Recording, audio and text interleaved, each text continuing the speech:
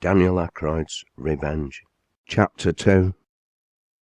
Whilst Irene Rose sat outside Mary's kitchen with Daniel Senior, Faith, Benjamin, Constance and her husband, Matthew Etherow had found himself a place at the kitchen table in Mary Upton's cottage, and was in conversation with Giuseppe Peduzzi and Mary, having been served tea by Anna Sutcliffe, who, as usual, had made a fuss of him.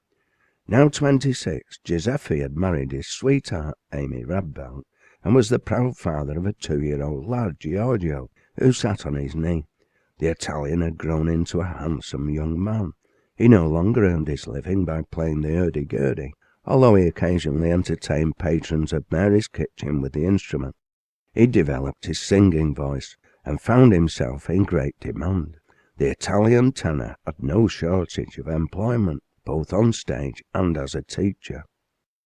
Many changes had taken place since the formation of the cooperative enterprise back in 1838.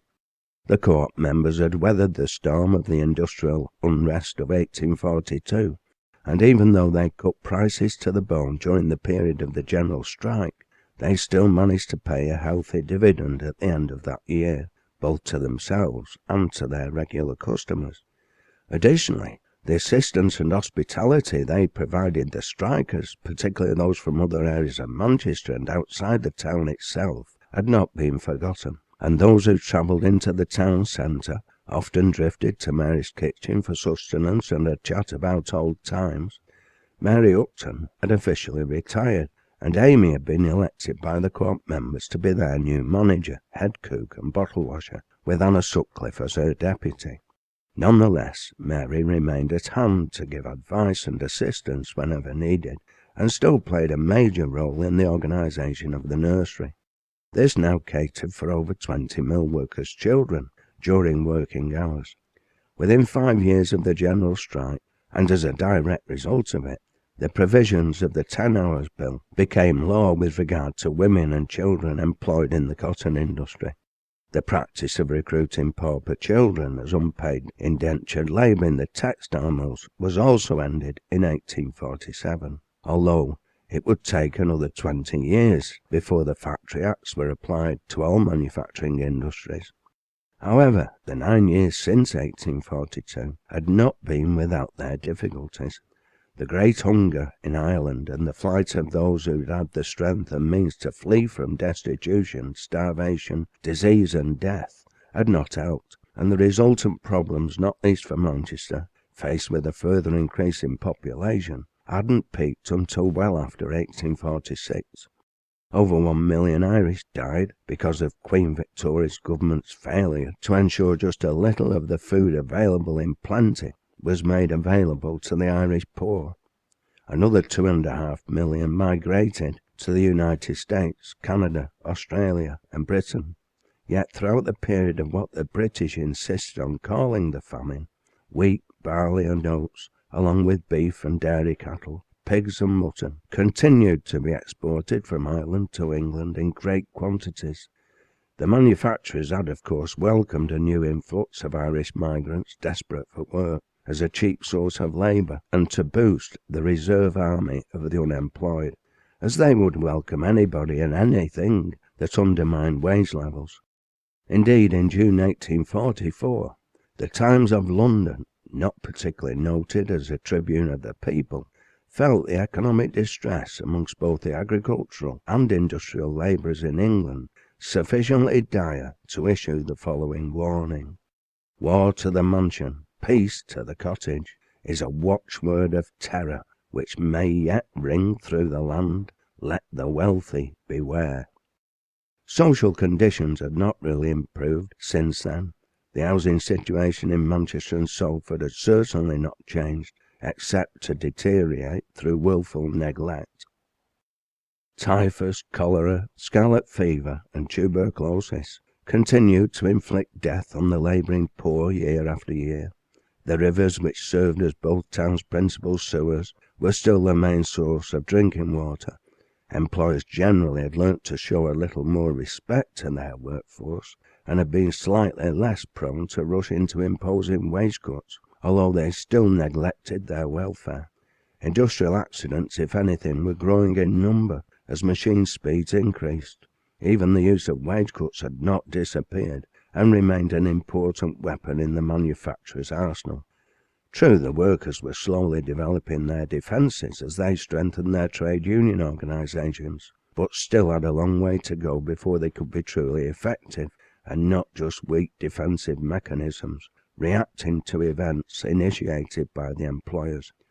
At long last, in January 1846, Sir Robert Peel had made a move to fulfil Cobden and Bright's wishes.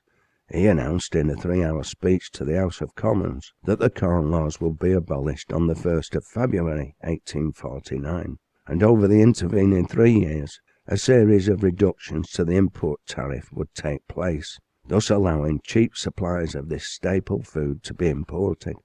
Lord Stanley immediately resigned from the cabinet, and Lord George Bentinck and Benjamin Disraeli led the opposition to repeal, arguing it would socially and politically weaken the traditional landowning aristocracy and destroy the territorial constitution of Britain by empowering commercial interests, by which they meant the manufacturing middle classes. Despite their opposition, the Commons approved the third reading of Peel's bill for repeal of the Corn Laws by 327 votes to 229. Nonetheless, a majority of Peel's party voted against. On the 25th of June, the House of Lords voted in favour. Unfortunately for the Prime Minister, on that same night, a combination of Whigs, Radicals and Tory protectionists defeated Peel's Irish Coercion Bill in the Commons, the Tories intent on revenge for their leaders' insistence on repeal of the Corn Laws and the betrayal of their interests. Consequently, knowing he didn't have the support of his own party, Peel did the honourable thing and resigned. With the Tory party split, Queen Victoria invited the Whigs under Lord Russell to form a government. However, by the end of December, Russell announced he'd been unable to do so, and Peel became Prime Minister again, with a government supported by a fluctuating combination of what were to become known as Peel-like Tories, including William Gladstone and the Earl of Aberdeen, and free trade supporting Radicals and Whigs. Russell finally replaced Peel as Prime Minister in 1847.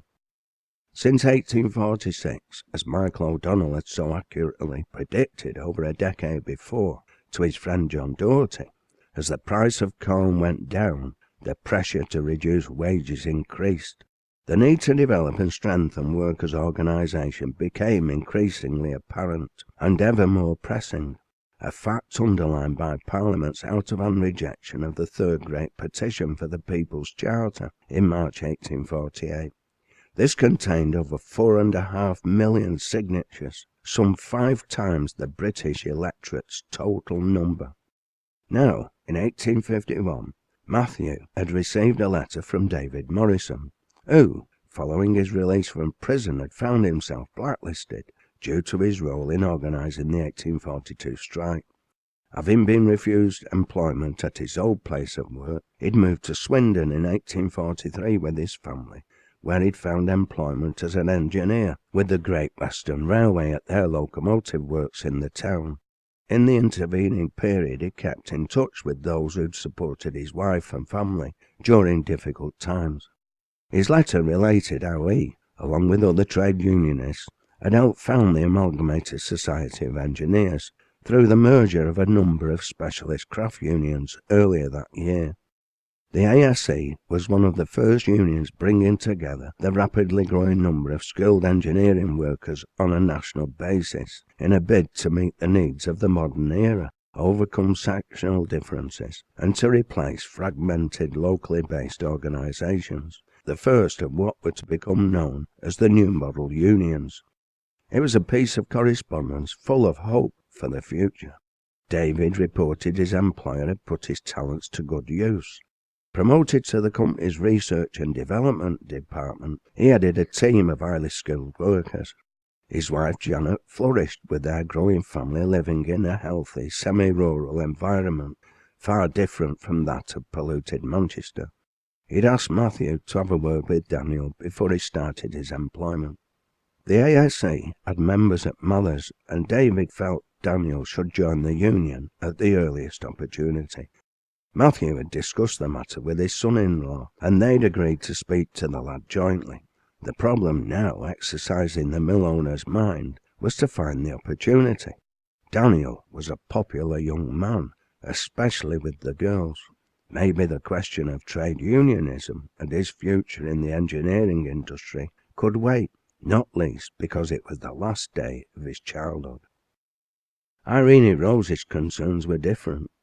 She took it for granted the lad would play a positive and perhaps even a leading role in the struggles facing his class, both in the field of trade unionism and the campaign for democracy. Daniel was his mother's son, and she felt sure he'd follow in his mother's footsteps.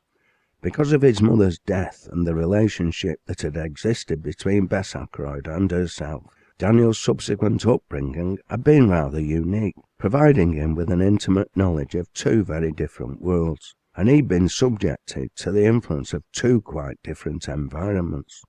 Despite his employment as her father's deputy building superintendent, and his subsequent promotion to superintendent, Daniel's father still lived in their old home in Ancoats, although he'd undertaken much-needed improvements to the property. He couldn't bear to leave the house where he and Bess had been so happy, and where his son had been born. Inevitably, young Daniel's principal friends were the children of the mill workers, who'd been his mother's friends and colleagues, and he'd never been shielded from the social and working conditions endured by the labouring poor. Their world, with all its deprivations and challenges, was very much his world, and would continue to be so as he embarked on his own role as a working man. At the same time, Daniel's close relationship with Irene Rose had provided him with a good basic education, and first-hand knowledge of a world of luxury and privilege few of his fellows would experience. The lad was bright and articulate. He possessed an inquiring mind. He loved to read, and there was no shortage of literature in the Etherose library he could access. Over the last 2 years, Irene Rose had introduced him to the Mechanics' Institute, and he often spent hours in this seat of learning, devouring information and knowledge voraciously. Increasingly, he questioned why the glaring and all too obviously unfair disparities between the social classes existed, why those with power in society, not least the representatives of organised religion, didn't intervene to ameliorate them, and in particular why workers continued to endure them. This led to many interesting debates, and Irene Rose ensured the lad had contact with some of the key leading working-class activists and intellectuals, particularly John Doherty, James Leach and their friends, as well as some of the more radical thinkers from the middle class who could provide him with answers. She'd taken great care not to force her own ideas upon him, but rather had exposed him to situations and the realities of life which would provoke and stimulate his own thought processes. This learning process had, of course, not been one way. It had influenced Irene Rose too. It helped clarify her ideas about her position in society, as a member of the middle class and as a woman, and continued to do so. It stimulated her imagination. It conjured ideas of a future devoid of class differences, prejudices and conflict, and how such a future might be attained. No longer a mere Chartist, she considered herself a committed socialist. The issues exercising the mill owner's daughter's mind regarding Daniel at this precise moment were much more immediate, namely his relationship with Constance. The girl was going through a difficult stage in her life, a stage that Irene Rose was still young enough to remember. The lass remained vulnerable. Her adopted daughter had feelings towards Daniel that he may not reciprocate. The last thing Irene Rose wanted was for Constance to be hurt, or see the underlying friendship between the two youngsters damaged. She wondered how she could help, or if it was better to leave well alone and simply let events take their natural course. She looked over to the table across the yard. Emma Chadwick had grown into a beautiful young woman. Like her mother, she worked at Gibraltar Mill, where she was highly thought of. She and Daniel looked a handsome couple, and obviously enjoyed each other's company. Irene Rose watched as Emma placed her hand on top of Daniel's and gave it an affectionate squeeze.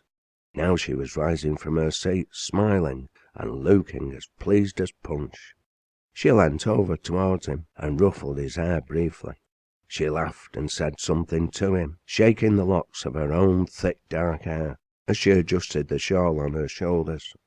Now she was walking away, a smile remaining on her countenance. The look on Daniel's face struck Irene Rose forcibly. It was a portrait of happiness. She wondered what the two had been discussing. They seemed to have reached a mutually acceptable conclusion, whatever it was. She looked across the table to where her daughter sat. Constance also had her eye on the unfolding events. She was glaring daggers. At that precise moment Daniel stood up, straightened his tie, and began to walk towards them. Constance immediately looked away, her attention seemingly suddenly captured by the intricate shape of a knot in the old deal tabletop, which she began to trace with an outstretched, rather elegant and neatly manicured finger. "Would you like tea, Daniel?" Irene Rose asked. The lad shook his head and stood gazing down at the top of Constance's bonnet for a moment, a serious look on his face. He lifted his hand to straighten the already much straightened tie, and swallowed. "Connie, would you like to take a walk along the canal with me?" he asked. "I'd regard it as a great favour." Little Faith put her arm around young Bessie's shoulder, and the girls' heads came together as they both giggled conspiratorially. Benjamin glanced up at his father, wondering why his younger sisters were so amused, and why his mother looked so happy.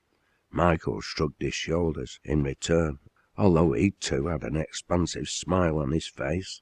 Benjamin felt he'd missed something important. "So what did Daniel have to say to you?" On hearing their mother's question, Bess and Faith looked up expectantly from their place on the Indian rug, suddenly losing all interest in the dolls they were playing with. Constance had been in a dreamlike state ever since they'd returned home to the house in Hardwick, remaining unusually silent. "Mother, he might hear you." Irene Rose smiled encouragingly. "He's in the garden with your father. Don't be shy, Constance. Tell all. You're amongst friends." Constance looked down at her hands folded in her lap, as if deep in thought, concentrating as she tried to decide whether to divulge what had taken place between Daniel and herself. Eventually she made up her mind. "He told me I made him as happy as a pig with a bucket of porridge," she replied quietly. Faith looked at Bess, and Bess looked at Faith. Next minute they were in each other's arms, breaking down into fits of uncontrollable giggles and laughter. "Now, children, that's quite enough merriment. Affairs of the heart are a serious business," Irene Rose admonished, although it must be said she was barely able to contain her own amusement.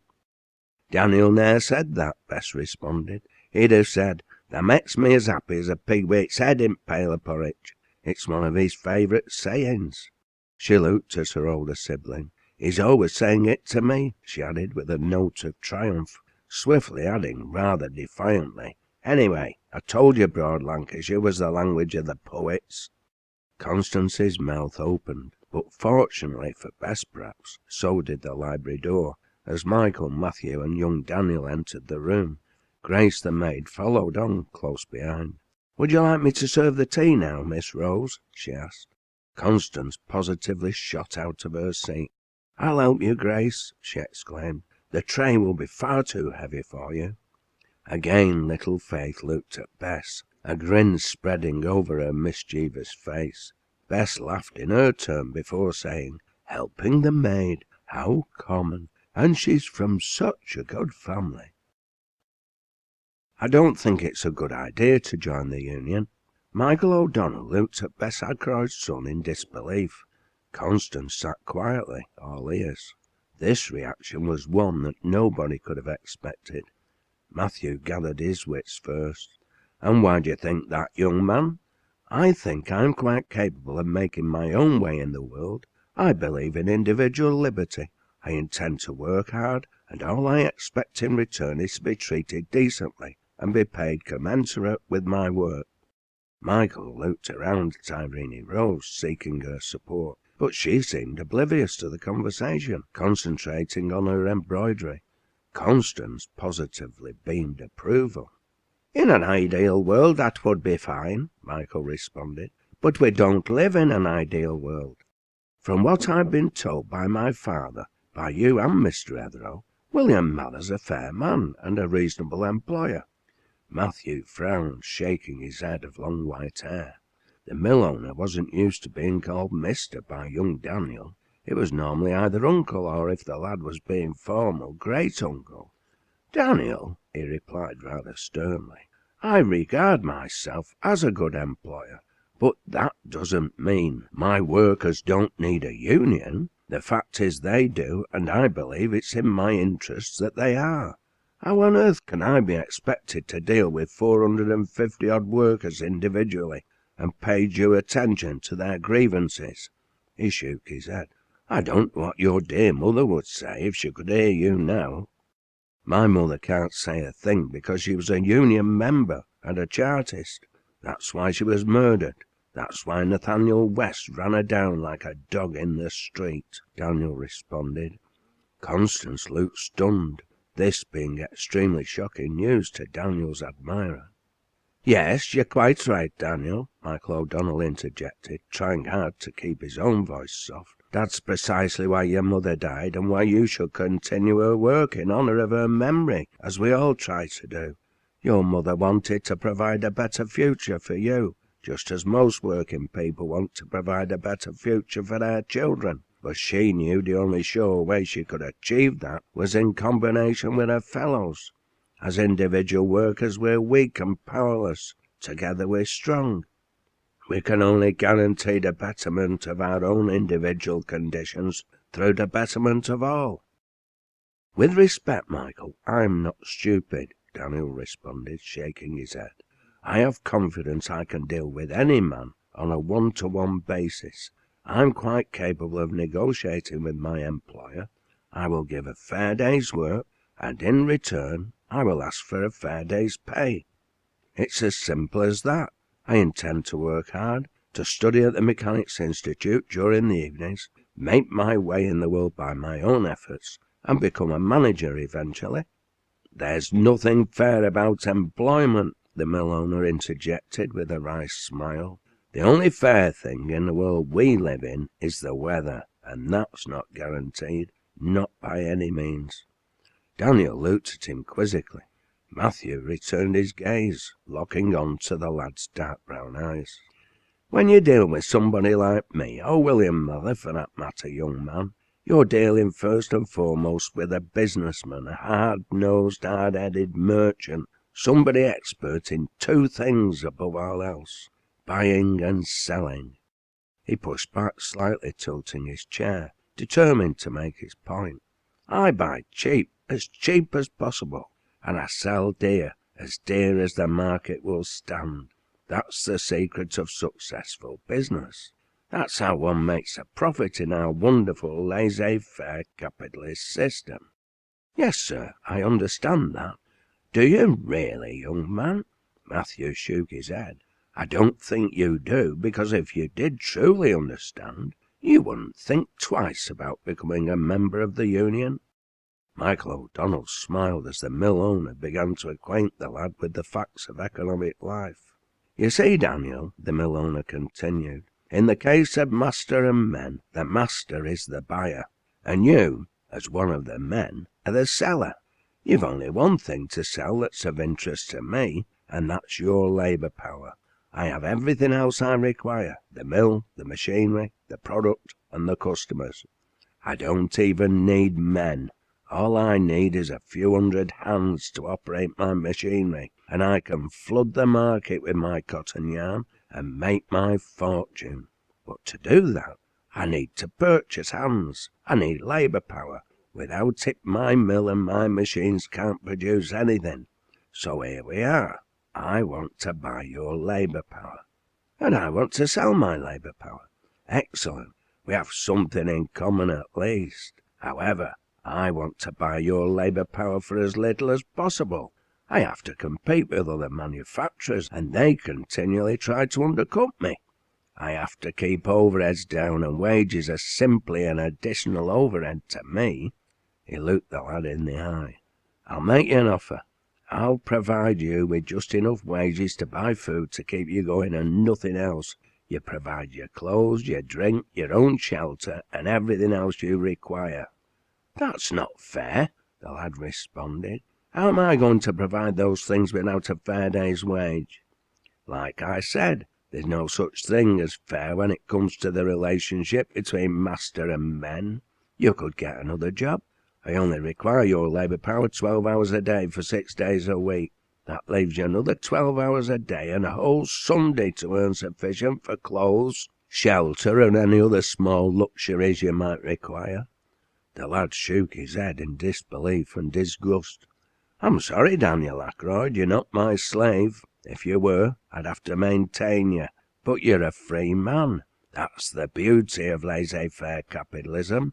As Adam Smith so succinctly pointed out, labourers are free men and cost less than slaves to maintain. That's why capitalism's extremely efficient. When operatives aren't needed, we discharge them. You have individual liberty. You're a free man. How you manage is none of my business. I'm a buyer, and I buy as cheap as possible, as I told you at the outset of this negotiation, and I sell as dear as I can. That's all there is to it, and the sooner you face up to reality, the better." "Well," Daniel responded, "I'm like you, Mr. Matthew Ethrow, and I play by the same rules. I sell as dear as I can as well, and what you're offering is just not good enough. I'll only work 10 hours a day. I need time for sleep and time for leisure and education. Moreover, I point out, without labour power, your machinery's worthless. I need enough wages to at least feed, clothe, and house myself, and I want extra for my own recreation and to maintain my dependents. I'm not only a free man, but your equal. Unless you agree to treat me decent, I'll take my labour power elsewhere." "Well, Mr. Daniel Ackroyd," Matthew grinned, "you put a good case, and a very dangerous one from my point of view.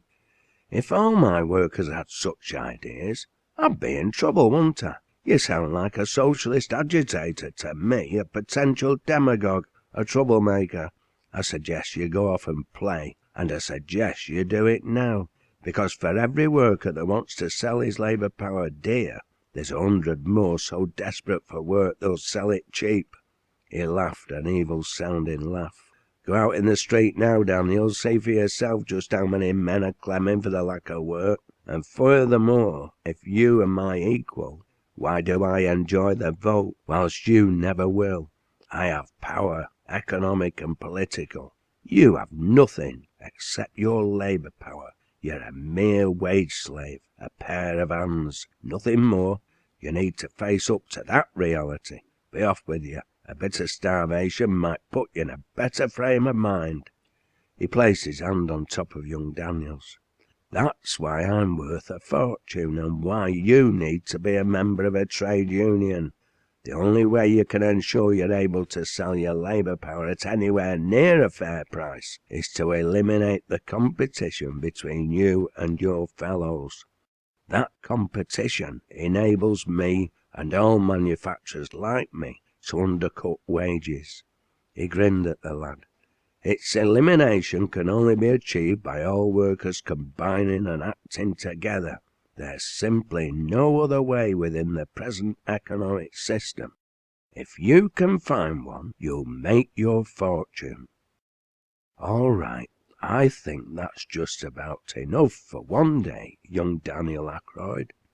The three males turned, surprised by Irene Rose's intervention. She smiled, putting her embroidery down and standing. "Right, you mischievous little devil, show them my birthday present." Daniel grinned at Irene Rose, slid his hand into the inside pocket of his new Sunday jacket, and pulled out a calfskin wallet. He opened it, a grave look appearing on his young face once more, and passed it over to Michael. The trade union official's visage broke into a broad smile, and he passed it on to the mill owner. The wallet was Rose's present. Devoid of money, it only contained a green card, an Amalgamated Society of Engineers membership card. Daniel asked me to take him into town on Friday to meet the Manchester Secretary of the Union, Irene Rose explained, walking towards them. Come with me, Daniel. There's something else I have for you. She put her arm around his shoulder and took him over to a glass-fronted bookcase situated to the right of the fireplace, opened the doors, reached inside, and passed him a small leather-bound book. This is a present I gave to your mother on her last birthday. She had it in her hand when she was killed. I promised your father I'd keep it for you until you were old enough to understand. Daniel looked at the book in wonder and opened it. He read the inscription in blue ink and a neat hand which said, "To my dearest Bess, the Manchester Chartist, on your 19th birthday. From a loving sister, to whom you have been an amazing source of enlightenment and an inspiration to action. All my love, your friend and comrade in arms, always, Rose Etherell." Daniel flipped through the pages and found what he was seeking, the Mask of Anarchy. His father knew it off by heart. "What art thou, freedom?" Irene Rose asked. Daniel found the verses his father seemed to love the most. "Thou art not, as impostors say, a shadow soon to pass away, a superstition and a name, echoing from the eaves of fame. For the labourer thou art bread, and a comely table spread, from his daily labour come in a neat and happy home. Thou art clothes and fire and food for the trampled multitude. No, in countries that are free, such starvation cannot be, as in England now we see." He turned to the woman who played such a wonderful and important influence in his development, and took her in his arms. "Thank you, Aunt Rose. You've always been my rock. I won't let you or my mother down. I promise." Rose smiled and kissed him on the forehead. "I never doubted you for one moment, my lovely Daniel. I once told your mother that she and I would change the world. Bess is no longer with us, but you are, and the world still needs changing. The place to start is your new place of work. Once you have your feet firmly under the table, that is. Learn your trade, prove you're a good workman, be practical, and take one step at a time. Don't give your employer an excuse to sack you. That's the first lesson for any would-be revolutionary, and without revolutionaries we can't change the world." Constance O'Donnell, having listened carefully to the whole conversation, looked on in wonder. Her own simplistic and little thought-out ideas about the world she inhabited, subjected to a rather decisive shock. Nobody had troubled to explain to her how some achieved riches whilst others starved, and, to be fair, she'd never asked. An unpleasant and unwanted memory of a dank, dark cellar long forgotten, a cellar that had once been her home, had forced its way into her mind, a mind that had shut out such unpleasant thoughts and pushed them deep into the realm of her subconscious many years before. She now remembered she hadn't always lived in this house with its maid and cook and coachman, its good food and fine bed linen. She'd once had another father and mother who had loved and cared for her, as they'd loved and cared for Faith and Benjamin, just as Irene Rose and Michael did now. She found herself needing to talk about them. She needed to find out why they'd been taken away from her and her brother and sister. She walked over to the man she'd called father for so many years, trying her best to stop the tears welling up in her eyes, but not succeeding. Michael O'Donnell saw them immediately and opened his arms to her. "What is it, cushla mine?" he asked softly as she buried her face against his chest, sobbing her heart out, although he instinctively knew the answer to his own question. He'd anticipated this moment for a long time, knowing that sooner or later the girl would feel the need to know her own history. He'd start by explaining how her father, Jimmy Andrews, had first taken him into his own home and provided him with much-needed sustenance and shelter. On that fateful day, when he and John Doherty had first arrived in Manchester, they were both bereft of jobs or money, Michael having one sixpenny piece sewn into his jacket pocket for emergencies, and John down to his last twopence. Without the aid Jimmy Andrews had so freely provided, The first few days in Manchester would no doubt have proved disastrous for the two rather naive young Irishmen. He took the youngster in his arms, patiently waiting for her tears to subside.